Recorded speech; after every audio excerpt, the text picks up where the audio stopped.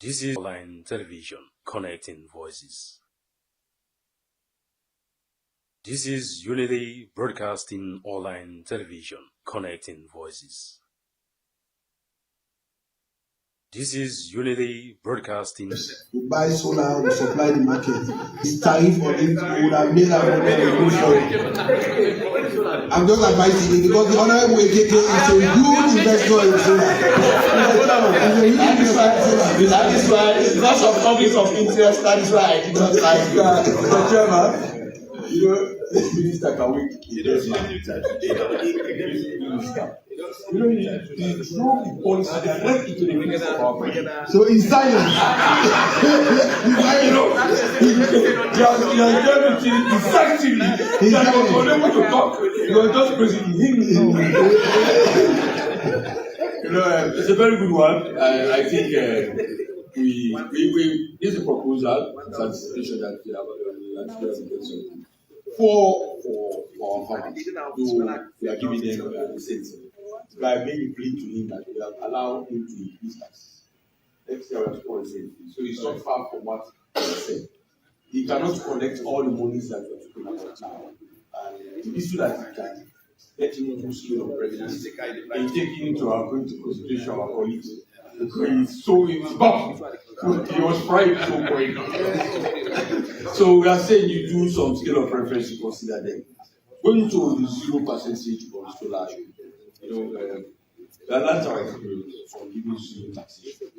But you know, this business, we have to also see that we are giving. They don't lash everything on implement taxes. They are giving some leverage. I think they don't accept that. No matter what they are doing, you cannot be saying. That's why I was very forceful about the memorandum and objects. And luckily we accepted. It's need to raise revenue. But sometimes when you give, you take some.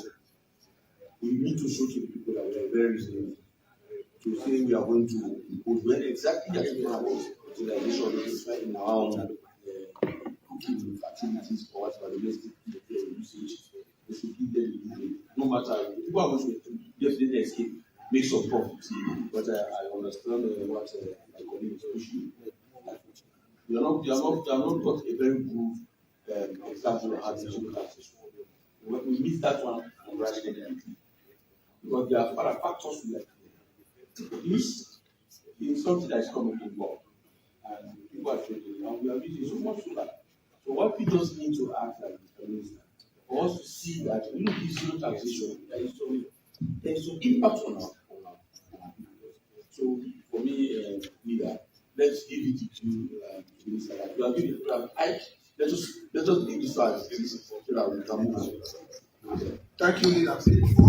Mr. Chairman. Mr. Chairman. Yes, this way, Mr. Chairman. Okay, so, Mr. Chairman, I still want the minister to clarify two things with respect to the taxes. He said, according to him just now, what I have said, if I understood him very well, he wants to raise that money to support those in that area, engaged in that field. The question is, what if it discourages those that are importing eggs into the country? We do not have the taxes we are aiming at to support those engaged in the production of eggs. That is one. Where will we get money to support them? Secondly, what if those engaged in the production of egg cannot supply our market? Will it not have a ripple effect on the prices? Because what we are thinking about now is how we can get the money, which is very important for any government. But do we think of those that are importing eggs, if they stop bringing eggs, what will be the effect? You are not eating eggs, I know. But you've not given any of us the eggs that only Kekuraban brought to your office. I am one of your closest allies. You don't forget I am Ibrahim, the father of many nations. I know, Mr. Speaker. But we must pay attention to these two critical things. These 2 points are very important. If they stop bringing eggs, would not talk about taxing them. They will. No, Mr. Chairman, they will not stop. They will stop. Honorable member, I'm on my floor. I'm on my legs. I allow you. You did your presentation. You are a producer. I know you need that money. You need to be supported. But I am thinking about those that are bringing eggs. We are putting them out of business because if they cannot generate the income they need, they will not bring it. They will leave it to you. And if they leave it to you, that money will not be available for you. If that money is not available, where will they get money to support you? Okay, honorable member, Chairman, let me address this. Hold on. Chairman. Let me address this. And we are going to move to page 4. Let me address this and we are going to move to page 4. Firstly, the minister has laid bare what is the total consumption and what is the production level in country. That is one. Two, the anticipation is with the increase in tax, it does not only provide financial incentives that will be given to the big players and encourage smaller players to come into the market, but it would also create an enabling environment because already in 2019, the financial of 2019, the Ministry of Finance proposed and this House passed that people approaching banks for agricultural loans concerning piggery and poultry is zero. So your GST or whatever you're paying is zero. So the ministry has given sufficient incentive to A, collect money and support them, B, to open the floodgates for them with commercial banks so that they can expand. Because if Kekua expands, it would increase my supply from 1 dozen to maybe 3. So I think we close that. We'll close this discussion here. Mr. Chairman, and we'll move to page 4. Mr. Chairman, let me help you a little bit, please. Mr. Chairman, the only correction I want to make here. Mr. Chairman, I don't want any information. Hold on, Alaji. I did not give you the floor. Alaji, I have the floor. Mr. Chairman, Mr. Chairman, I think what is missing there is the classification of eggs. We have necessity goods, we have essential goods, we have luxury goods.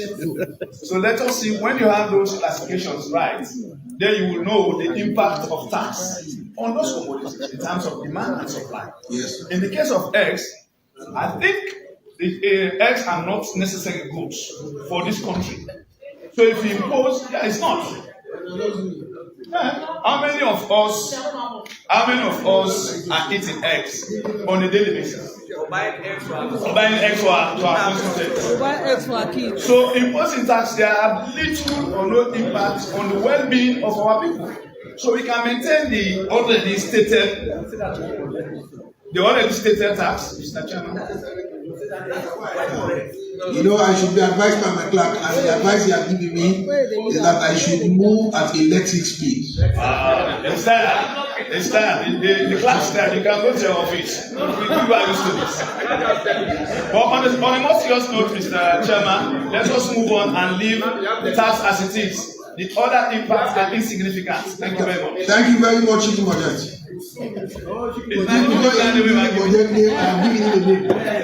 So page 4.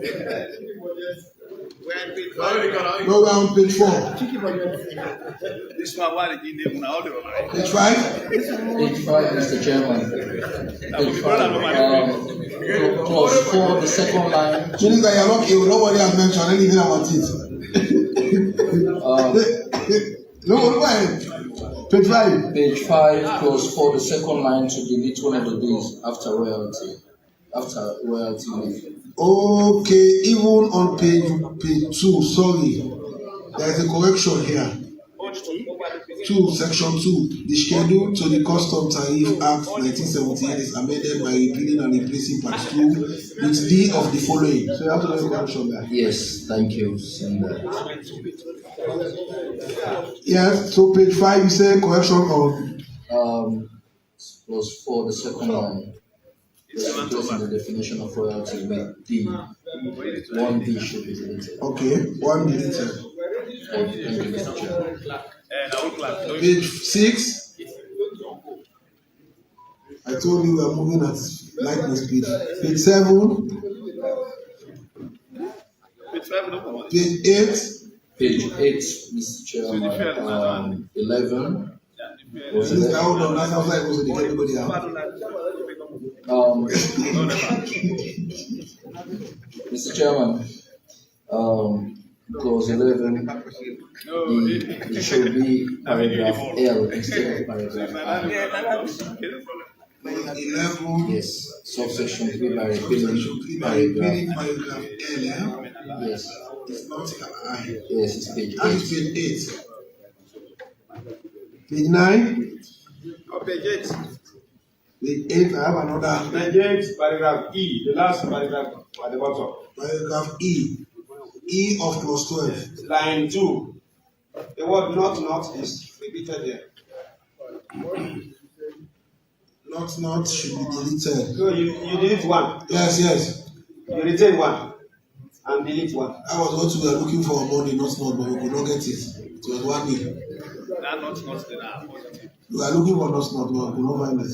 I mean, Liverpool, Manchester United. It's United, we are looking for not, but we could not find it. The whole it was here. Page 9.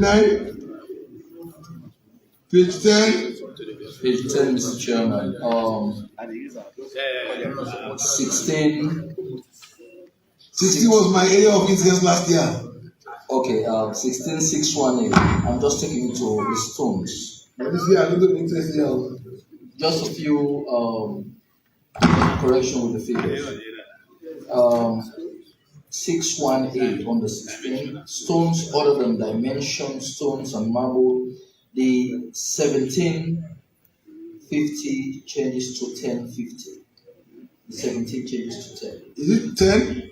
Minister, is it 10? Should be 10. It's Yes. 10? Yes. And after we have passed this particular clause, I will demand compensation from the minister. And the leader is going to be my. No, it's going to be my man. Mr. Minister, I think I've presented to the House that after this particular amendment, I'm demanding a compensation from me. Yes. So 7 change to Yes, let me take you through the rest, Mr. Chairman. Then the $350 changes to 200. The third. So 350 changes to 200. 200. Okay. Then we go to B. 17.5, 7 changes to 0, so it's 10.5. And on the line immediately after, 350 changes to 200. 200. Now B, the $35 becomes 17.5 or 1750. 17.5 replaces 35. 17.50, yes. How about 700? Yes, and 700 becomes 350. 700 becomes half. 350. Are we in agreement? This is loss of revenue.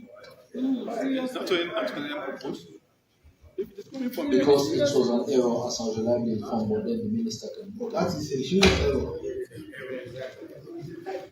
That is not a typo. Typo cannot change 7 to 3. But I'm demanding compensation, so.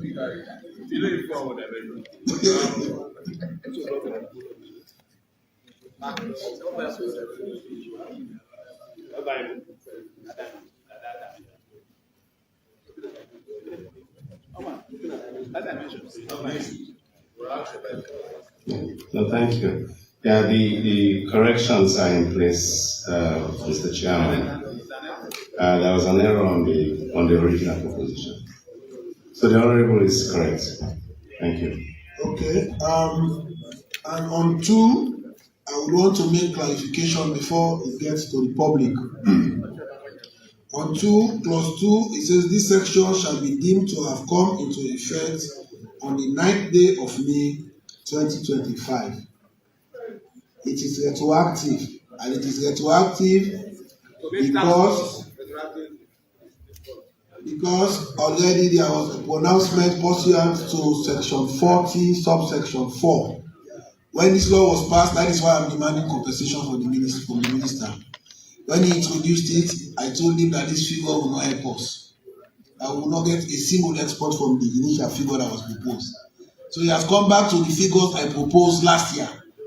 So because of consideration, the president honored his powers to also enter into treaties and propose amendments. He proposed that there should be some amendments for revenues to be generated instead of revenue stalling. So that is why Parliament is asked to invoke Section 106, subsection 5, to give it a retroactive power pursuant to Section 44. I hope we're in agreement. Mr. Chairman, on this particular issue, I don't know how it will be applicable for taxpayers. But in the first place, failing to pay in the first place attracts penalties in the first place. And this one is almost 5 months backwards. So, in the first place, it applies to those who have not complied so far, up to now. No, it applies to those who have complied already, but they are not protected by the law passed at the time. So, meaning they will be refunded? If there is for the excess, yes. For the excess, they will be given tax rebates. So, for this retroactive effect, the real effect is refunds. Or rebates. Okay, fine. That's fair enough. Yeah. Okay. Then. Yeah, that's fair. Yes, go ahead. Yes, on the same dimensions too, I think I have one of the factories in my constituency that is not only processing dimensions too, but has gone beyond just the shaping of the dimensions too, to even producing tiles. And to some extent, they are even producing furniture from the marbles themselves. So I want to know which category of tax will it fall, because for most of the times, I think they are processing them for the external market of movies. So under which category of taxes will we deal with them? For the tiles they are processing for international market and the furniture from stones that they are processing. Minister, is it import duties? Is it export? Is it royalty or is it export? Or it's royalty on export? Minister? Yeah. For these are for raw dimension stones where no value is added. That one is attracting value addition and the like. Full tiles, and we'll have to come with a completely different law to regulate and tax that particular activity. I'm not sure of any company manufacturing tiles in Sierra Leone. There is one in 91.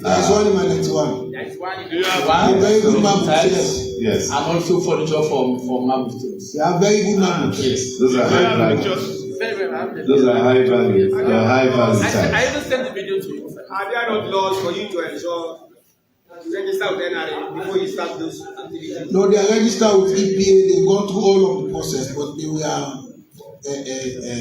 extracting it at the raw stage, and they thought of giving it value. So they've added value to it.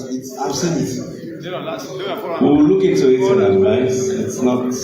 I need to be advised appropriately and come back to the house on this. Okay. On that understanding, we move to page 11. Page 11, page 12. Page 12. I have a problem on page 12 myself. But let me listen to it. Page 12 plus 24. Plus 24. The amendment provision order plus 24. Besides those things, power to appoint representative. I just want to ask Mr. Minister, if this power to appoint representative by suppliers of digital service whose presence is not in Sierra Leone. They are staying outside, but they are providing digital service in Sierra Leone there. That power to appoint a representative? Is it mandatory or optional? Because, in my opinion, by appointing a representative, serve as a liaison between NRA and that representative in terms of tax negotiation and tax compliance and even follow-ups. It's to make it easy for NRA to know whom to contact in terms of tax compliance. So I don't know if that representative is mandatory or obligatory. I mean, optional. Because you use mail. So the problem is there will be if the operator of that particular digital product actually knows that the digital product is being brought to Sierra Leone. Because, for example, most of us here, some of us will pretend, but I know it is true. I don't know whether my leader is part of my team, but most of us here are using DSTV from Nigeria. And I'm not sure the dealer, the license dealer in Nigeria knows that they are moving DSTV compartments or whatever gadgets to Sierra Leone for sale. But if he knows and he sees Sierra Leone as a valuable market, he will now approach the authorities and say, I'm going to appoint the Honorable AKK to be my vendor. So like some electrical products, you will see they will appoint people that are the principal distributors. So if anybody wants that particular product to go to the person, I think that is what they are envisaging. Minister, we need to know who are your targeting in terms of providing digital service, whether your presence is within or outside, who are you trying to target? That needs representation. So you have entities like Amazon. You can have Amazon, for example, this Nigerian telecom service, TV services or the like. Those kind of services. So you need to have somebody in country. It should be mandatory. It's for tax purposes. When we move it from here to shall. Well, if your intention is to make it mandatory, then the mail should change based on your targeted people. If that's your intention, then the mail should change. But it also depends on the fact that the supplier or manufacturer knows that there is need for it and somebody is not smuggling it. So I think there are a whole lot of other dynamics in play. There are a whole lot of other dynamics in play. Because I see along Shakatimi Street, I see somebody put out a billboard that is the official distributor for Starlink. So that person may have been appointed by Starlink to operate in Sierra Leone. So Starlink knows that, yes, my product is coming to Sierra Leone. But in the event, like those of us that are using Nigeria and DSTV, most of you that are using Nigeria, they are paying your English. They are not paying taxes like you. They are using it. I've been to your house. I've never been to the house of the leader, but I'll visit him. And I'll visit him when Chelsea is playing, so I will know whether or not he's using it. We won yesterday. And today we are going to see the defeat of our colleagues. So we are ready. Mr. Chairman, my own intention is to ask the Minister of Finance who are the targets, who are their targets, and what is their intention in terms of appointing representatives of those targets that they envisage. Who are their targets and representatives of those targets they are targeting. So let me shed light on Starlink, for example. Starlink is provided by Elon Musk, whose company is maybe in the US. He has tax obligations in the US. He's providing services in Sierra Leone, but he's not paying the taxes effectively for those services here. So you have to have a representative here for whom the taxes associated with those services that our people are using here, that person is able to be targeted to pay the taxes. Because they are getting away with it. in the country, not for Starlink or Amazon and those things that are rendering those kind of services, even for all those things, Alibaba and the like. We have a medium to track. Oh yes, so that's the essence of all of that's how we are strengthening the entire digital service taxation laws in Sierra Leone, because it's a very complex tax system which we are trying to develop slowly and robustly. So these are just part of those things that are coming in to ensure that we strengthen the capacity of NRA. Now, I'm not a lawyer. The use of specific law languages that is just with sham. Exactly. Thank you.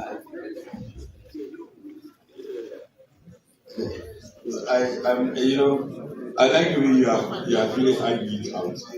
It has been when you introduced the digital taxation, talk about the e-market system. In the committee room one, I was really baffled how the minister wants to listen to leader.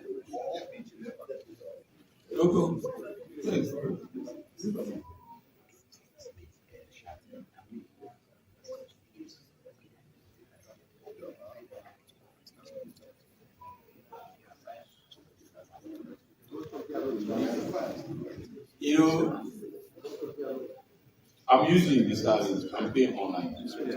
I have no piece of any agent here, to be very honest. You are paying now directly. Sometimes if I want to use my American bank card and pay.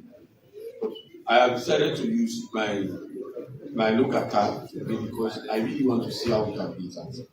So Minister, I want to admire you. You are facing it with both steps. The whole business is going down because of this online payment. DSTV is going down, no matter what, and it is happening. He has done so much for this country for over 50 years. Most people are involved in it, in compensating, because you are supporting the Nigeria market. And DSTV, if you have looked at the matrix, how they go about and give a new reduction, it's based on subscriber growth. If you have huge subscriber base, the lesser you pay. Yes, if you have huge subscriber base, the lesser you pay. If you have small subscriber base, you have difficulties. I believe you have some facilities. I've been to constituents, I discussed at the example yesterday, there's no 2 days ago. Our subscriber base is going to Nigeria. Also, we are all consumers. For me, everybody is going for the lesser side, and the same satisfaction. The Nigerian subscription is far lesser than the Israeli subscription. Our agents we have here. We are getting the same satisfaction. And that is what's affecting us.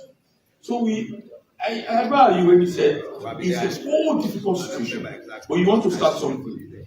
Perhaps it can satisfy people like Anin Sabu and even the cyberspace we are using for the NMOX. There is no way you are going to ask Americans to pay the tax that you are paying in America.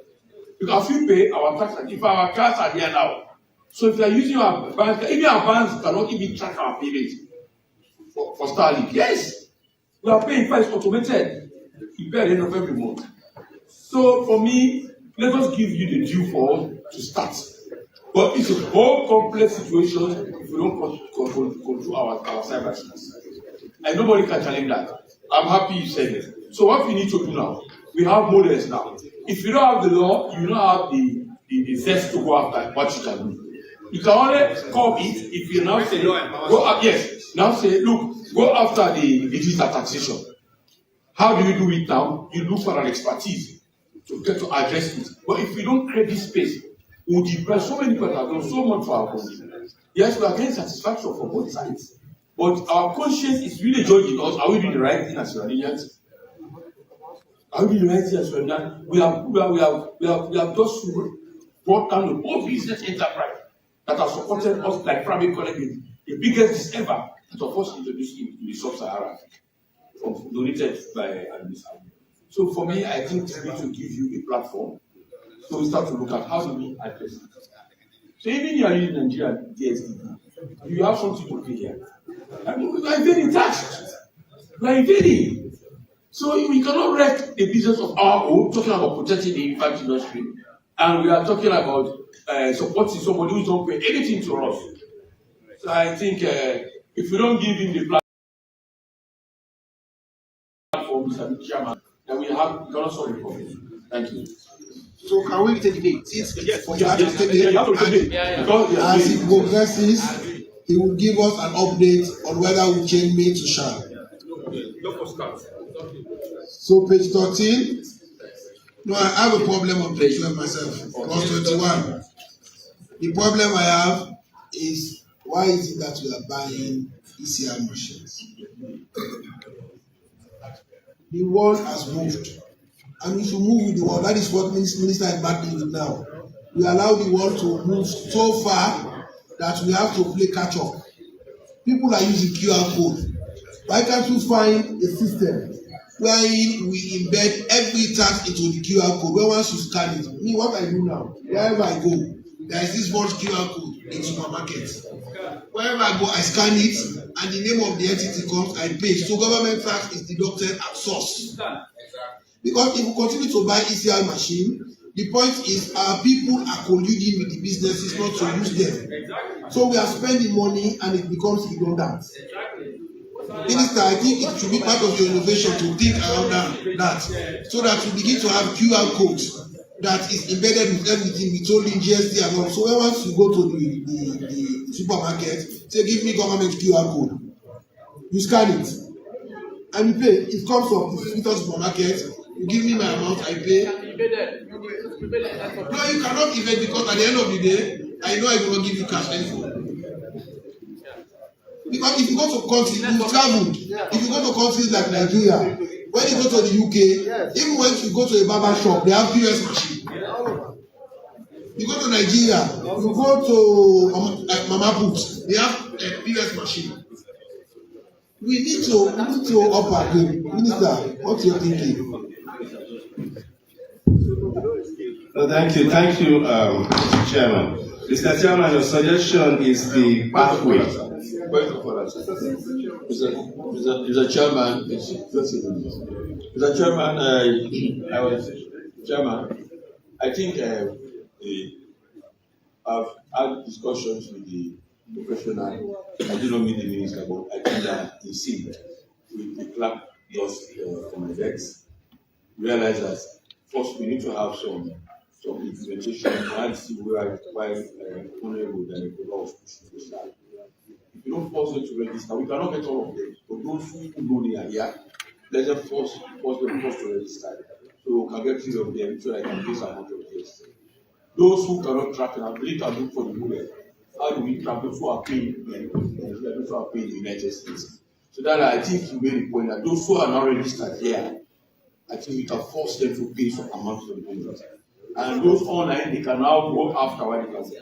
But if you cannot force them to register now, so they have people are registered. For example, from Nigeria GST, they have agents. And then for how do you call it?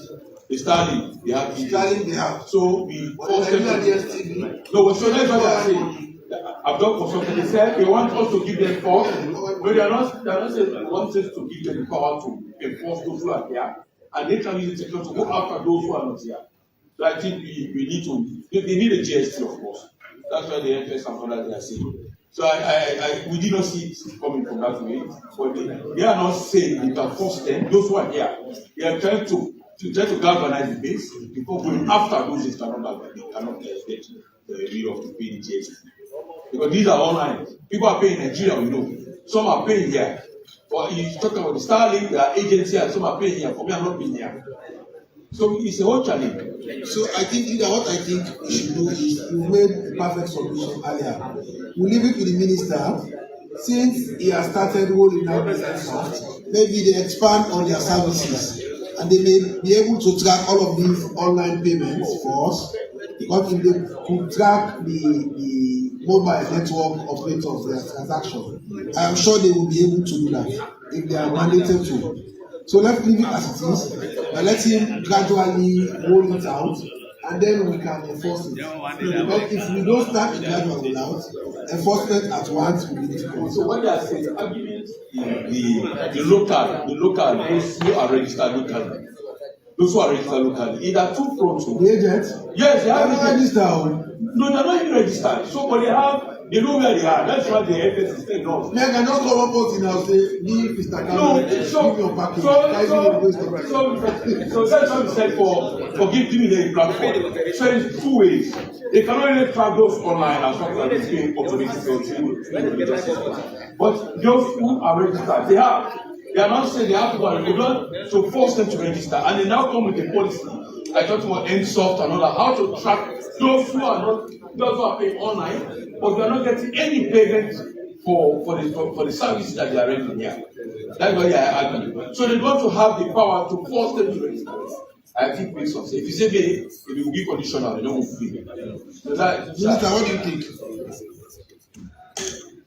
You have 2 issues to respond to, my ECR and this one. Yes, so the ECR, I think your proposal is in place. That's the path we intend to follow.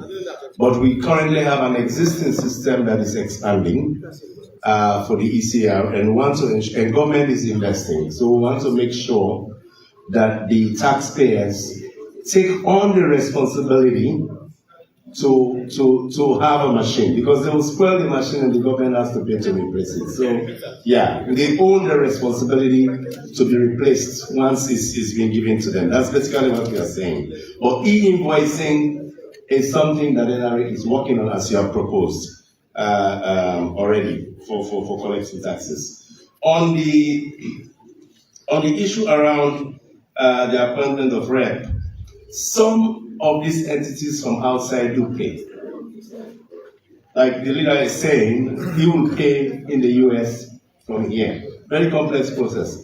But if you have a representative here, you start tracking the size of the transactions to attract taxes. So we can have May there, in my view, for now, to open the space as we work to understand exactly how huge the volumes of transactions are here. No, they will. I mean, well, some people are paying from outside. Mr. Chairman, can we compare the two scenarios? Let's say you maintain May, just because we are not fully developed, okay, to track the targeted entities, okay? But the disadvantage of that one is that even those who are aware, who would have come within our net, will use that May to avoid our nets and keep themselves outside the nets. That is one scenario. The second scenario, you use SHARP. With SHARP, it will be applicable to those we can trap into our nets.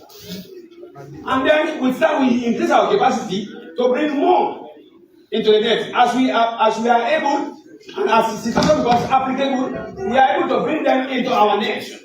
Rather than allow those who are supposed to come into their net to use a single word to avoid us. You know, I can appoint a representative or not. And representation here is just a matter of registration for me to know that you are operating in my country. You know.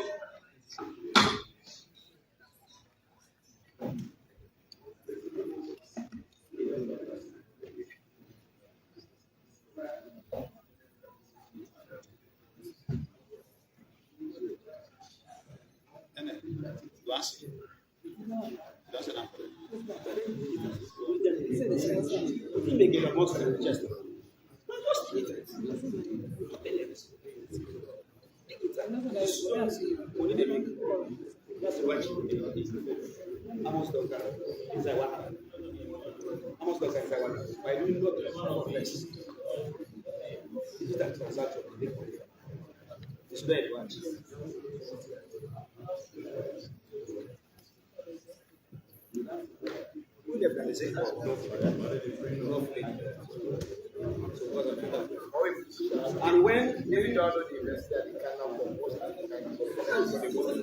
yes, because in case they are caught, they will suffer penalty. So for avoid problem, they will not understand. And besides, when we get this year, by the time we observe, you know, we'll go to the next minister of finance. If you want to start with the main, no, if you observe how the thing they say, it not be banned. It not be banned. If you avoid tax for the past 5 years, you catch her now. you're not going to sue a court. But it's not bound for showing representation. You're optional. And who's guaranteed they say next Minister of Finance will pick up this one by the time. I move that we institute that we said to have SHA. I so move, Mr. Speaker. I so second, Mr. Chairman. We have a motion before us. All in favor of the motion that we substitute may for shall. Say aye. Aye. Those against say nay. The ayes have it. May become shall. I'm sorry, Mr. Minister, when it comes to crunch time, they put it to vote. The vote has said that we should substitute may for shall. Page 13. Page 13, Mr. Chairman. The side note for clause 25 is just spacing, amendment of second. So it's just spacing, second line. The side note for clause 25, amendment of second. So the spacing of and second. amendment. Page 13, just under. Page 13, the second line, spacing of second. Spacing. Okay, yes, yeah. Yes, and then yes, as we go down a bit, description supply of water including sachet. We are missing the S. On the same Yes, just go down a bit. supply of water excluding sachet. Yes, we are missing the S. Yes, it's sachet. Thank you very much, Mr. Chairman.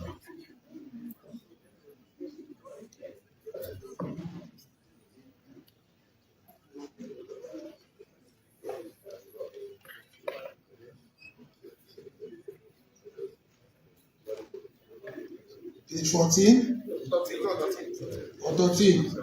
We are still on 13? Yes. I don't want At the same point where the honourable from Western Urban was saying, I just want the last words, and where the and is going down to be removed, Mr. Minister. see distilled water and industrial Commercial, that's no problem. and domestic use. And that's where I have a problem. The domestic use. People who are in that category are not doing so because they have money. They are doing so because there is the availability is a crisis. So they are not doing so because they have money to afford it, or because they cannot get it from us, the state. So when they go to buy for their domestic purposes, that should not be taxed. I agree on the commercial basis. I agree for factories. I agree for all other areas, but when it comes to domestic, So let's say let it end at IN, right? yes, At IN use. Remove domestic. yes, more. The subject of I need more clarification on that. Hold on. We are making law. I know it's a qualifier, but You are suggesting that leave it it's at an IN use. The IN use everything, Mr. Speaker. Mr. Chairman, that's a technical account. So we take out domestic and leave it at Yes, IN yes, use. even the sachet, that is not so fair. Hold on. Remember, the top part is talking about including, and the bottom is excluding. So you're talking about excluding it, or do you want it to be included? So, because it's excluding. So what happens with the sachet? It's okay. Sachet is including. Is supply of water including sachet water, but excluding. Okay.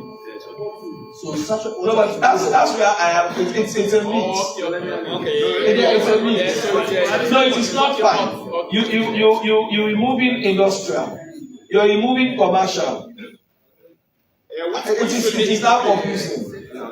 Explain, please, Mr. Minister. Explain. You want But how will you include sachet and exclude bottle? commercial. I think it should be excluding at the top, excluding and then including. We should start with excluding sachet water and including all the other. Yes. That can suppose, so we should change it. No, let me, Mr. Chairman, with your leave, sir. Let me make some clarifications. Well, Well, let me make some clarifications. the other page, no pastor said No, let me make the clarification. Yes, sir. We are exempting sachet water from attracting GST. Yes, sachet water. We are exempting. But for all other industrial, commercial, high-end Bowser buyers, yes, we are saying that Guma, yes, Guma is a good place it must attract GST so that entity can run well. This is really one basic area. Their tariffs are so low. We are not paying for water in the country. We are not paying tax on water in this country. We are not. The tax for tariff for water is so extraordinarily low that even I know some entities who are saying that they should tax me more for using water. I'll give you an example. And these are big firms here that have water. They get the Bowser water, but they're paying very low tariff on it. Now, what we are saying here is to increase revenue, the GST on luxury goods. Water is a necessity. Water is a necessity, but water for certain type of use, it's industrial and the like is used for production and the following. So we have included among that, according to how it's in the law, we have included along that line in the law, that category, this is a group of category of goods that are in the law already like that. We're including that when you're lifting in the bill that you pay. Every time we put a line there that there is a tariff you should pay by the volume that is lifted. So that's the tax you pay, the GST that you pay on that volume that is lifted, the value of the volume that you lift. You will charge 15% on it. So that's what we are saying here. But for the water that is used as sachets for the people that are out there, it's not really attracting anything. So and what you are charging really is the service. You are taxing GST, you are taxing the good and the service. So that's what you're taxing. That the Goma Valley will be rendering to you. So that's the clarification I provided. And they want to just say high-end use and removing domestic. Mr. Chairman, I agree with the minister that water is not enough. I agree with him perfectly. Mr. Chairman, I'm coming from Istia Kobodo, Amonti. I have been in that community for almost 6 years now, and I've been buying water.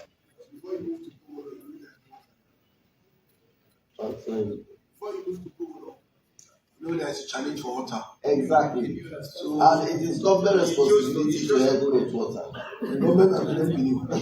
So I have engaged Buba. And Mr. Chairman, when I moved to Pogodon, I was buying a Bowser for 600,000. Today, I am buying the same Bowser for 1.7 million. And if you are now going to add GST, it is going to be at the benefit of those people who will buy it.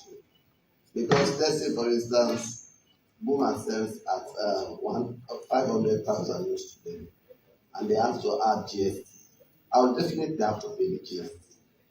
And what they will do is to sell to you what they have included and make profit on the GST. When I went, I was buying 600 to that buying 1,000. I think what they call is they are over profiteering because exactly. when they go to the hydrant, they buy for around 150, 200. Because Guma sells with the intent that you are going to help them to reduce or alleviate the challenges to access water. Exactly. So when they buy from the hydrant, they are buying at 150, 200. And now let me tell you what happens, Mr. Chairman. Because Guma is even they are even claiming that Guma is expensive. For people around, they go to there's a rolling stream at number 2. Where they go and get it. I have to insist that you must go and buy at Guma. They go and bring water from the rolling stream just for them not to buy. And we are paying the same money when that those that are bringing water from Guma are getting water from. So if you now add GST to this one, with the perception that we are high-end users, we are not. Because we cannot afford that. My salary is the same like all of us, but I'm buying water. Because my father did not give me house at London. So I went to number 2, Pogodon. In fact, my community is called Pogodon. Mr. Minister, Pogodon. No.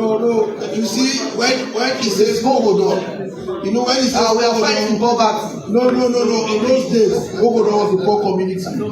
But now Pogodon is not a poor community. Mr. Speaker, you are part of Pogodon. Mr. Speaker. And you are even helping us in the road. Mr. Chairman. Mr. Speaker, so please. For some of us, we know the pains we are taking to buy this. We know. So please let us go. We are not high-end users. We are not. We are just buying it. And for a lot of people around that area, they are using this water that are running through the scheme. It's not even good for their health. The entire community is using it. That's one part. I think whether there is GST or not, the people, if you check what they buy at the hydrants and what they are selling to you, taking into consideration the operation and cost, you will see that they are over profiteering. So whether there is GST or not, they will still add price at any time. No, Mr. Chairman. Where I come into this is the fact that if you go to Western area, most of the communities in Western area survive getting water through the tanks that have been erected by Guma. And those tanks are being run by people in those communities who buy it from Guma. So with this law you're putting now, when the people go to buy from Guma and there is GST, that GST will be sent again to the ordinary people in those communities, which will make water more expensive for use. What is the intention of the minister that is difficult to be captured here is the fact that he is thinking of people who are highly placed and who buy water. But when you go to buy to Guma, Guma cannot categorize who is Bashir Siriki, a deputy leader, for who is Abu that buys for a community in Wellington. So we are saying as long as it is for community use, we can tax those other areas for commercial use. We can do that for the sachet and the bottle. But all other areas that have to do direct domestic use, Mr. Minister, any attempt to increase this, you're also increasing the rate of people drinking water that is not pure. The only hope they have in Grassfield is to buy a bouncer of water from Guma, put into the tank, and the people come to buy. So if you put in this category for domestic use, Guma will just generalize everything and our people will suffer. That's my position. So what's your proposal, Deputy Leader? My proposal is to get this domestic high-end and domestic out of it. Well, let us define who are high-end. High-end manufacturing.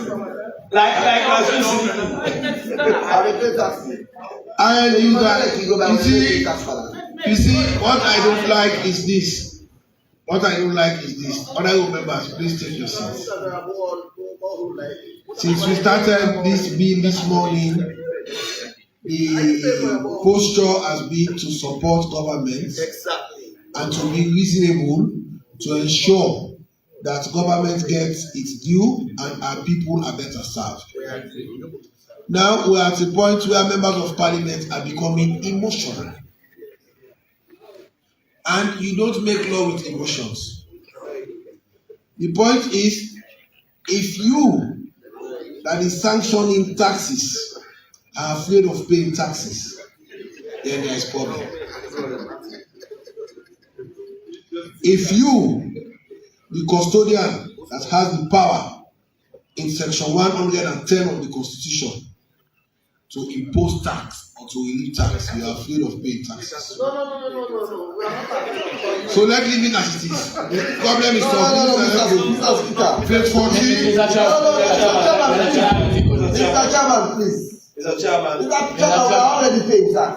We are paying tax. Mr. Chairman. What the minister is now proposing Is to add GST. we are already paying. We are buying. So what are they doing with the money you are buying? They are not paying. That is why now they So want who to must be paying? What you should do? No, the people that are supplying are not paying. Mr. Chairman. They are buying from Guma. They are buying from Guma. And this same law. At cost recovery. No, don't say that. This same proposal that the minister is proposing now, the people who will be buying from Guma will be paid directly to Guma, and Guma in turn pays to the ministry. But they were not paying GST. Guma was not paying. Why? No, they were not paying GST. No. I can't see that. Mr. They were Chairman. not But paying they are paying GST. taxes. Minister, They are bringing hold on, GST. Minister. There is no tax on water. So why do we buy? There is water tariff, which is different. Yeah, the tariff is different. No, we are not paying tax. Yeah, so there is no tax. There is no tax on water. There's really no. There is only a tariff. Yeah, it's a tariff that runs. You're paying for the services. Yeah, exactly. So that's what it's just like electricity. We introduce tax on energy, and then we have tariff for energy. So the tariff and the tax are two different things altogether. So we are introducing here, we are saving the sachet which is heavily used by low-income earners. That's what we are doing, we are protecting that.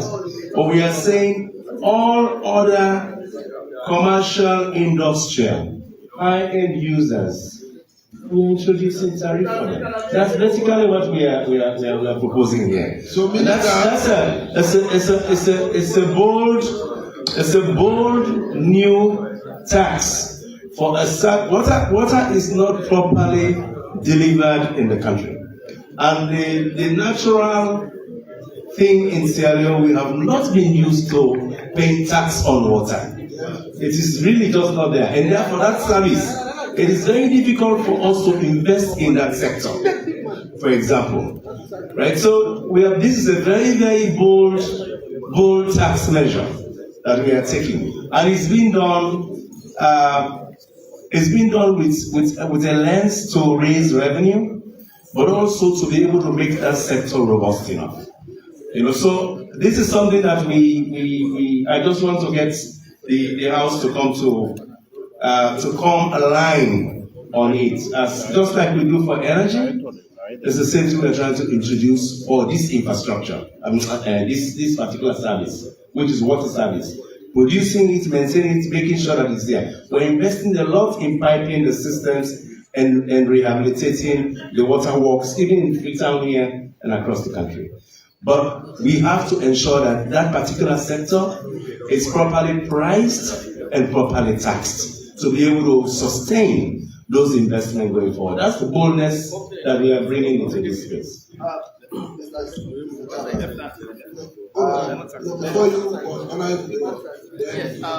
Mr. Chairman, I think normally when we make laws, we always make provision for definition of key terminology.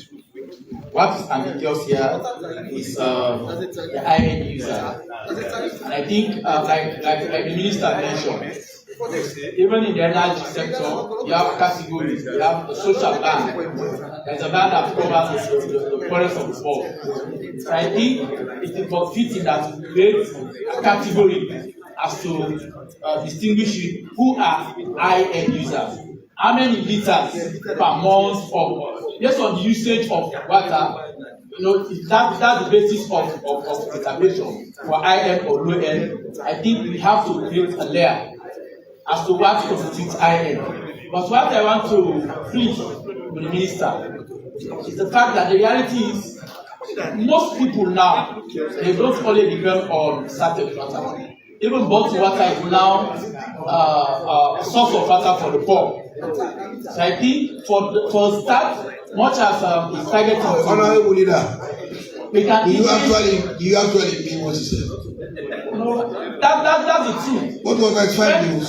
I know, but the reality is when your constituent Sachet water 20. When your constituent organization function, they don't supply sachet water. It's 10 news. They use bottled water. Leader, hold on, and you have not tried it before. But that's what. When we are not opportune to buy bottled water. Yes. At public college, yes. You buy B-man collection. Those who know, they know. You will find one bottle. When you cut one sachet, you fill it one bottle, and you will have salt to sustain yourself. So you use it as substitute. So if you have 20 at 10 news, there is no way I'll buy 1 at 5 news. Yes, my submission is GST is different from other form of service. This one is going to be borne directly by the service user. So if 15% of it is going to mean that 15% of the existing price is going to be added to what is already the price. So I'm saying for start, we can exempt the sachet water and bottled water, whilst we consider the other categories, take into consideration of the distinction as to what constitutes the IN user. No, but this man, hold on. This man receives $15 million from IFC, supported by government guarantor, government bank. But he's not going to pay the GST. No, hold on. To finance in this industry. And this industry is giving him huge money. And he benefits from a single-digit loan. So I see no reason why this man should not pay 15% to government for the water that he collects or is supplied to him to sell to us at 5 No, Mr.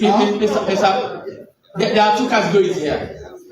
When we talk about bottled water is not supplied by Guma. Bottled water is the bottled water that you have in front of you. Yes. So if it is going to attract 15% tax, it means there is directly going to be a 15% increase in the existing price. Imagine it's not going to be paid by the producer of this bottled water. It's going to be paid by the service user and us. No, it will not increase. Let me tell you something that you haven't paid attention to. If it's on the corporation tax of that company, I can understand. No, the fact is, it's not only this company. There are other indigenous companies that we are involved in sachet water that also are coming together now to move to bottled water. So if you increase, they will produce and they will sell. Honorable Chairman, go ahead. It's settled now. Let's move on. Page 15. Mr. Chairman, I suggest at the end of the day, let us have regulations. For instance, if you go to and if you clear in a container, it is clear that if you are moving to the far end or to this end, there are prices. So even when you have GST imposed, so we cannot be left in the hands of these drivers, these bouncers. Let us have regulations, for instance, for us living in the far west. The hydrant is at every corner. We will say regulations will come out. What we buy inclusive of the GST. If you are staying at number 2, considering the transportation and the profit, this is what it should be. It should be. So when we are buying, and I am buying from a private person, and there's a regulation, I will know the cost of Watabalusa of 14,000 feet is this one. If I'm buying and I'm staying at Hamilton, this is what I'll pay. If I go down to Wataki and I'm clearing 40 feet containers, I am going to Hamilton. It is stated in the price list that this is what you should pay. And this do they have a price list? Yes. But there is competition also there. No, there's a price list. You can. Yes, there is a price list, but you can negotiate. Exactly, there's a price list. So it's the same. What I would advise the minister, they should bring us regulations, or the Buba Valley or Samaku should bring us the regulations. So leader of government business. In addition to our business proposal for solar, let's include water bowser. But it's moving our proposal.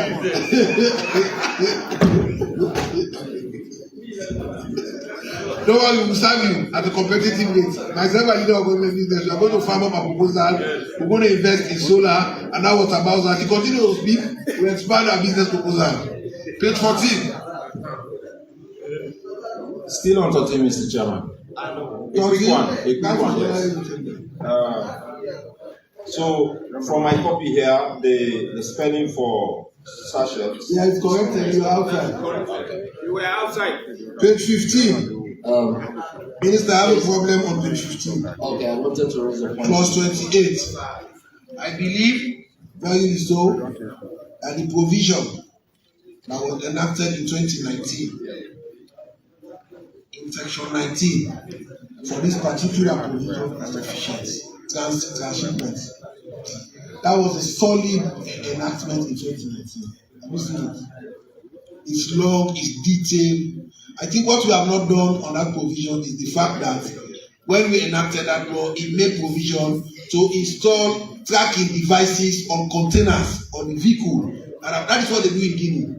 Because most of the movement of heavy duty vehicles and whatever comes through Guinea. So what they do at the port in Boke, when once it is the bill of lading shows that it is transshipment and it's loaded on the vehicle, they will track the vehicle until it crosses any of their borders. If it stops at any point, they will call. You don't stop Namamu. So nobody, transshipment containers are transshipment containers. Nobody cheats them. And the provision in section 19 is sufficient, is strong. I don't know why you want to repeal that and replace it with.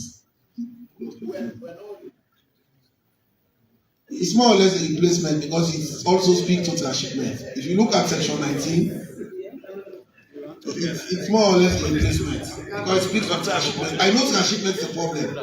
You know, when I read this session today, I see it as the presiding officer and also the chairman of the Public Account Committee. So I see and I know a lot of things. So I know transshipment is a major problem, but we have not enforced the provision in section 19 in the 2019 Finance Act. If we enforce that, nobody is going to jump over us. I don't know whether I want to keep it or I want to add it. Well, we are maintaining what is there. We are just replacing the customs commissioner to commissioner general. That's what we're doing there, but it's almost the same for what is in the previous act, the one in 2011 or 2018, I think. Yeah. So that's the only change. Mr. Chairman, from commissioner to commissioner general, that's what it is. And that same 28, if at all we're going with it, the second line, we have two following. So to delete one. Otherwise, we are deleting the following. I think we should stick a pin on it and we'll come later. I agree with Minister.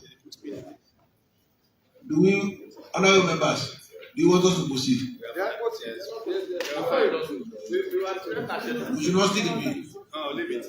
Minister, in a speedy fashion. Where is your council today? Eh? That's how I goes with the everybody.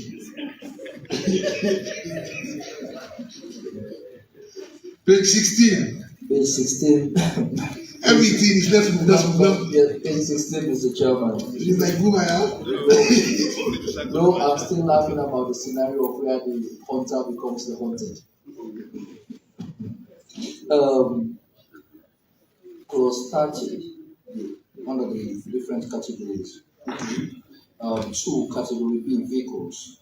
The second line, where it has equivalent for vessel, all of that to 15 seaters should come under the $1,000 or Leon's, because it's a continuation. It should be $1,000 or Leon's equivalent.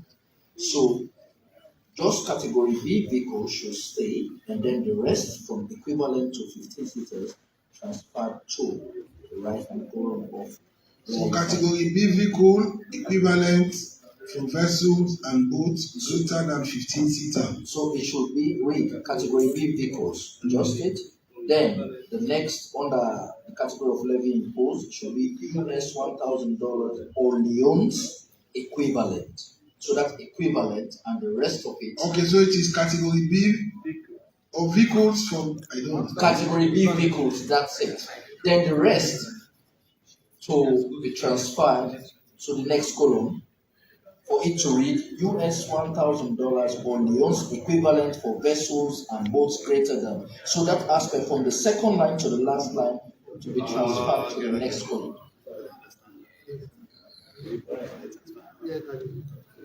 I'm confused. Okay, let me help you. Again, you've been haunted. Maybe Category B people. approach Mr. Chairman. Go to Mr. Chairman.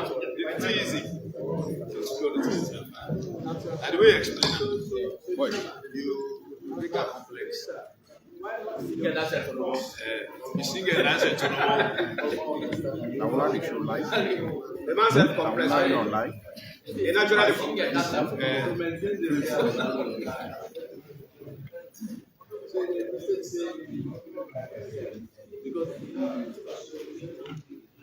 Now I understand. I understand it now. Page 17. No, page 16. 16. Oh, we are still on 16. 16 plus 6(2). Process to Mr. Minister. Do you intend a conviction? 16? 6(2) plus. No. Page 16 plus 29. Sorry. 6-1. 6(2). Okay, 6-2. 6(2). Upon imposing that penalty of $50,000, do you intend imposing that penalty upon conviction, or you have a way of doing it outside court? Okay, if you intention is after conviction, then it should be stated. We'll provide another rendition. But let me just know if you have your own way. But I have, fine, or if it does after conviction. I have a slight objection before the minister responds. Okay. My objection is most times shipping agents do withhold manifest and bill of lading pending full payment by the consignee. That is something we did not take into consideration. There are times the consignee may not have paid in full, but because of their business relationship, the agent will ship the goods on the understanding that by the time the ship gets to the port of discharge, he would have been resourced sufficiently to pay me. Then I hold the manifest as my collateral. So once you pay me, once you fund my account, I will now release the manifest. So if you are saying they should release 7 days before the arrival of the ship. So if the consignee owes the agent, how do you set for that? Yeah, Mr. Speaker. Mr. Chairman. Mr. Chairman, on the broker. I have told you, you are not approaching him as a leader. You are approaching him with the principles of seniorist priorities. Okay. I will arrange your eyes. Yes, I will announce your eyes. Sorry, Mr. Chairman. Mr. Chairman, that's a different point. That's a different point or different concern that you have raised. You know, it's different from mine. I'm not saying yours is not legitimate, but maybe let us treat it separately. Maybe we treat yours under arrest of opposition. I will take the back seat on that. Even though I raise mine first, but we can treat your own concern first. Then after that, we come to my own concern. My own concern is how do they intend to get this $50,000 penalty? If they intend getting that after conviction, then they need another rendition from us. But let us treat that of your own concern first. His own concern first. Minister. Yes, so let me profile. Let me explain the intent. This is an administrative fine. It's a deterrent for us to get the manifest in the timeline that we require. Okay, so it's basically a deterrent. It's not necessarily an intent for them to default. We are trying to get them to avoid defaulting by providing the manifest. No, it's different. In fact, that's the whole essence of penalties being made provisions against default. But usually when we do laws here, you know, we avoid, you will not be minister for life. You know, there will be another minister who may have the tendency to misuse this power. That's why whatever fine provisions we make, we usually do it upon conviction. Because the accused is presumed innocent until proven guilty. So you cannot say, what about if you allow this law now, and then in the next 3-4 years, you are no longer Minister of Finance, another person comes, and then uses impunity out of bad faith, and I'll just go and meet you and say, you have defaulted $50,000. So that's what we need to clarify. But let us address the concerns raised by the chairman first. And I think you have a good explanation to that. Address the concern of the chairman first. I agree. I think the challenge in addressing my concern also goes back to my reference to Section 19 of the Finance Act of 2019, which stated the mandatory list of documentation to be submitted by the exporter or the importer before the vessel arrives. So all of these documents are documents that constitute the information in the manifest. So if they are submitted before the arrival of the vehicle, or before the arrival of the vessel, it means this clause may not be needed. Because the point is, if they are consigning as pledged, like I said, to pay the agents for the goods that have been imported by him, and the payment has not been made in full, whether there is a penalty in Sierra Leone because you know the manifest. So it's on the understanding, even containers, Honorable Kenny is here, even containers, if you pay and you do not meet the full payment, you will not be issued with the bill of lading, the original. You would have copy, and the copy cannot be processed through the system. So, Minister, I don't know whether we go back and push with enforcement for my people at customs, instead of punishing agents who, in good faith, may have shipped for consignees in Sierra Leone, who owes them, and they would want to rely on this provision to say, if you don't release the manifest to me, they are going to be fined $50,000. Yes, additionally, so Mr. Speaker, is that we just have few reliable shipping agencies in Sierra Leone. Very few. So with this fine, I think it will limit those that are intending to join those shipping agencies that are here. But another catch there, Mr. Speaker, is that Mr. Chairman, for every container, if the owner fails to pay a certain amount that he's supposed to pay to the agency, they will not release that container. And hence that container is not released to the owner, you will not get the manifest. So imposing the release of that manifest to them and that fine, I think it will prevent so many intending investors to come to the country, because $50,000 is not something these shipping agencies are willing to let go. For instance, Bolori, 1,200 euros will let your container sleep down there for days, for just 1,200 euros, let alone talking about $50,000. I think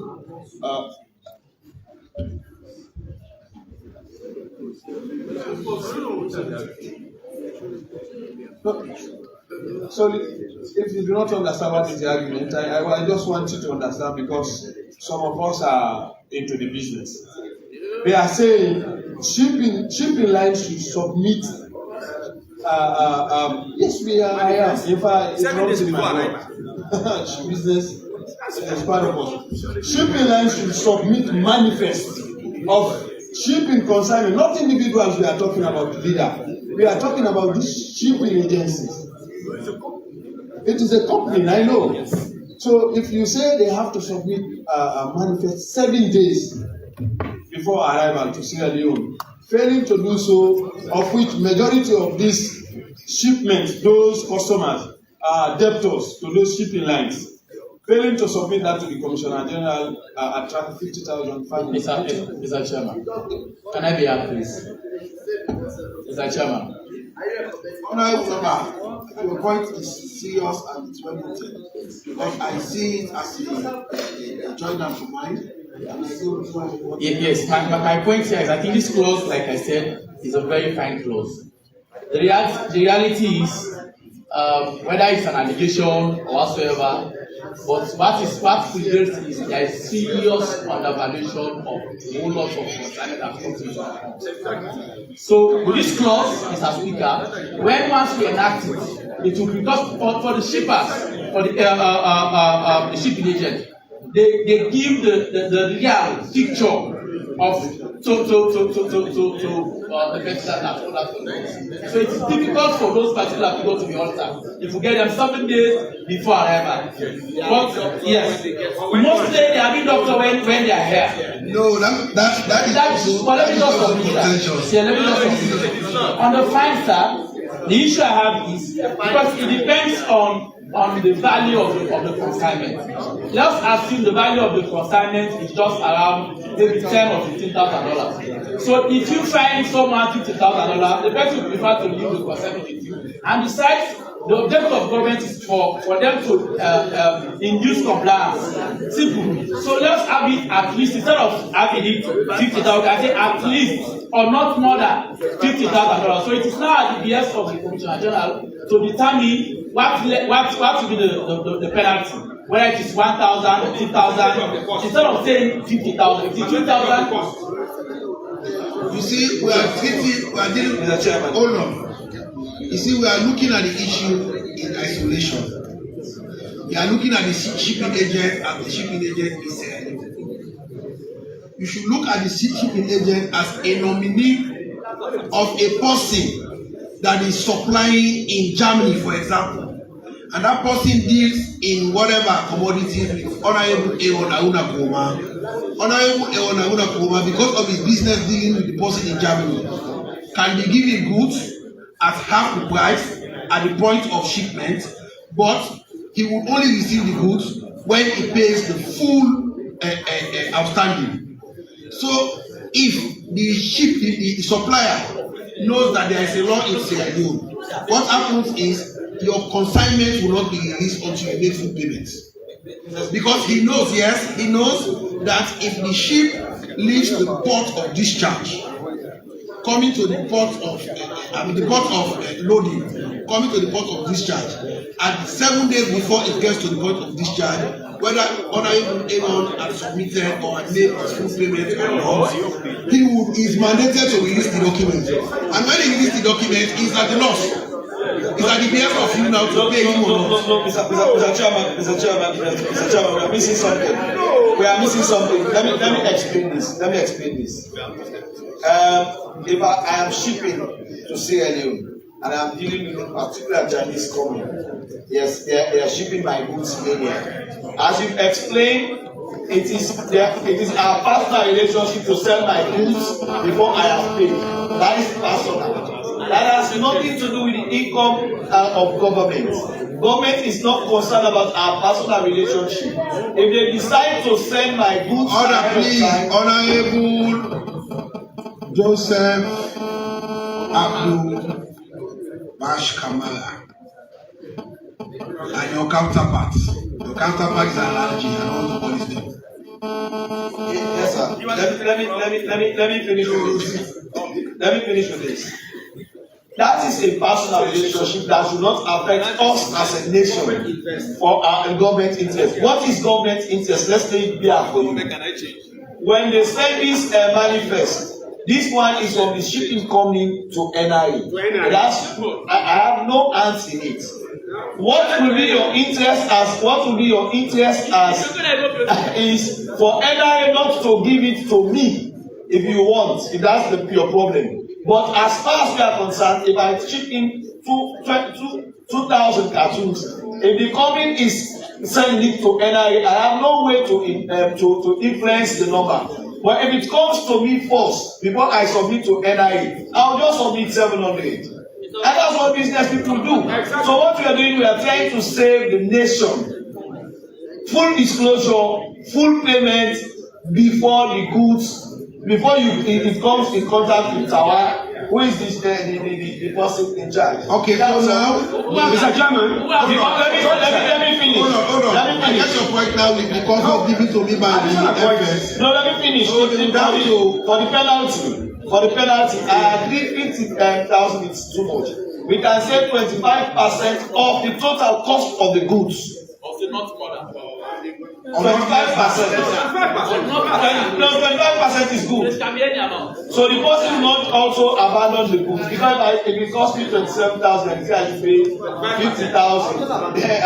I'll go below it. Okay, so now I am comforted by the fact that there is going to be an additional clause to 6.1 that the ship in line should now submit the manifest to the Commissioner General. So there is somebody that is liable if that manifest gets to the consignee. So I think that comfort is good.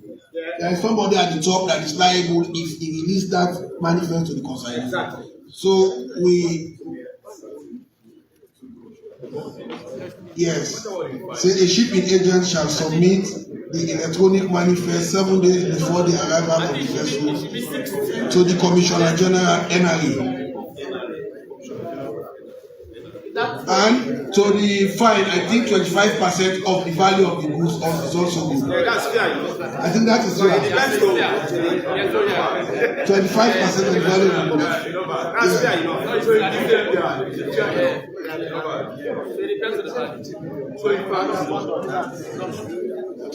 No, he's okay with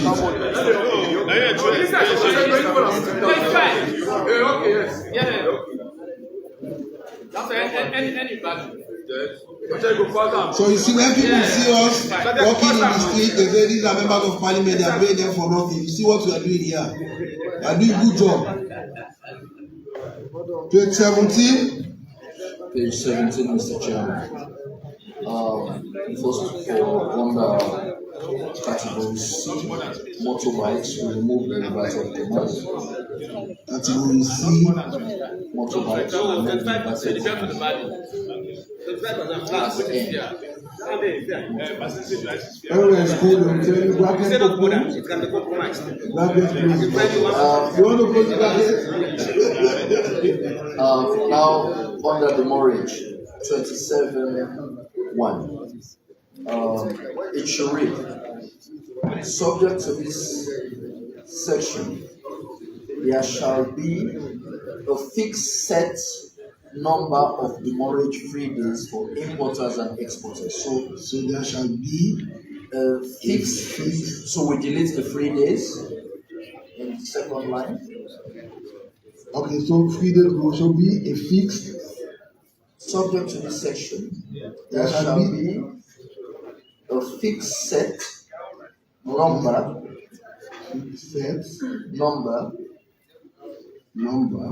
of demurrage-free days for importers and exporters, because we have export and they should be exporters. Okay. So there can be a fixed set of a fixed set number of demurrage-free days for importers and exporters. Yeah, 27.2. No, that except 27.2. Yes, there should be after this. You should consider excluding Sundays and public holidays, because Saturday is a calendar day now. Exactly. That was my issue as well. Okay. The use of the word calendar days. No, calendar days now at NRA is Mondays to Saturdays. Okay. So but if it is done like this, yes, it can be. It has a tendency to be excluded by so many taxpayers. So now it's excluding Sundays and public holidays. So let's have the new rendition.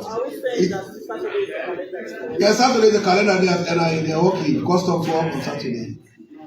So it reads the same. It becomes the demurrage-free days referred to under subsection 1 shall be 10 calendar days, excluding for both importers and exporters, excluding Sundays and public holidays. Minister, are you agreeing? So the excluding comes after exporters. Yes.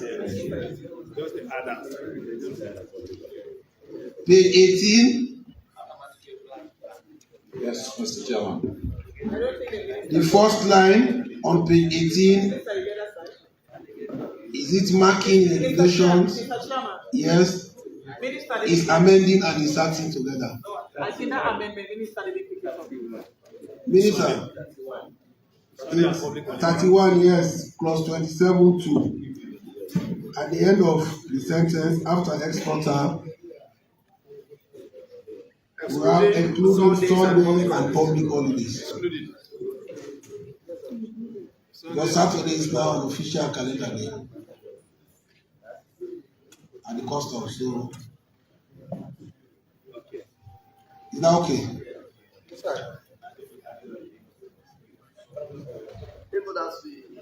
Doing the non-monetary days shipping, non-monetary days, shipping line shall apply the mortgage and storage charge per container and calendar days.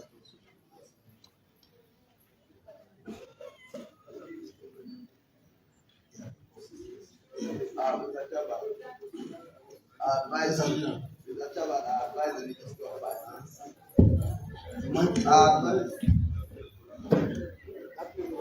Mr. Chairman, I advise the Ministry of Finance on the NRA.